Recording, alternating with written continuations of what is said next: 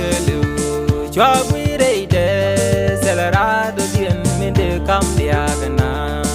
eni kunyal min rong chu de ka point dei wa ke lu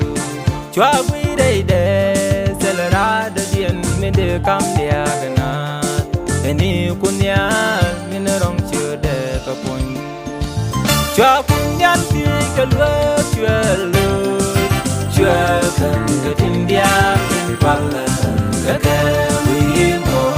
chwa kunyal ti ke lu chwa lu chwa kan ke tin dia bala ka wi mo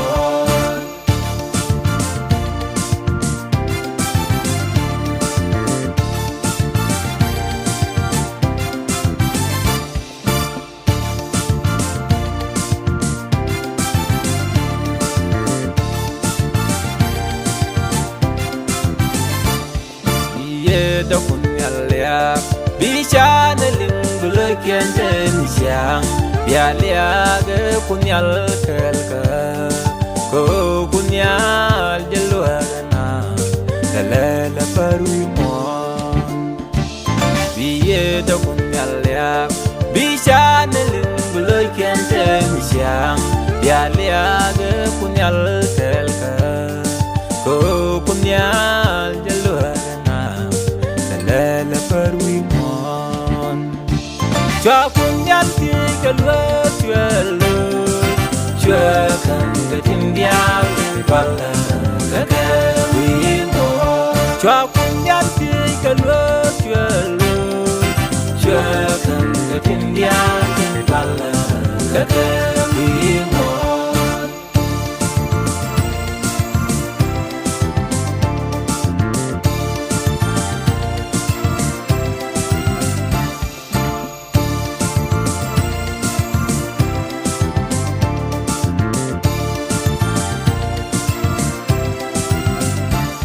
ya liang ne kunyal ni kusdan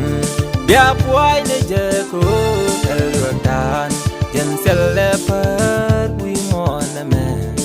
elu edura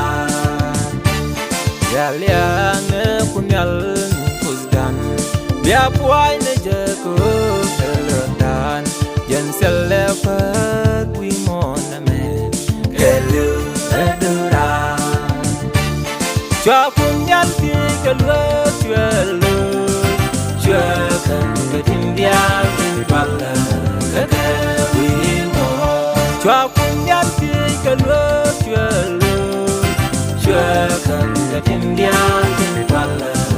ka wi mo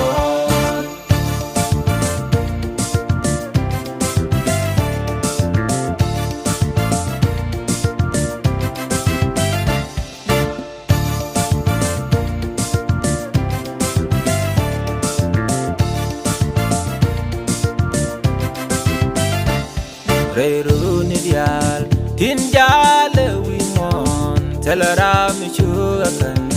chu kunyal kutim bala den lu rel goy du rel ko Reru ni dial tin jale wi mon telara mi chu akan chu kunyal kutim bala den lu rel goy du rel ko chwa kunyal ti ke lu chwa lu chwa kan ke tin dia bala ka wi mo chwa kunyal ti ke lu chwa lu chwa kan ke tin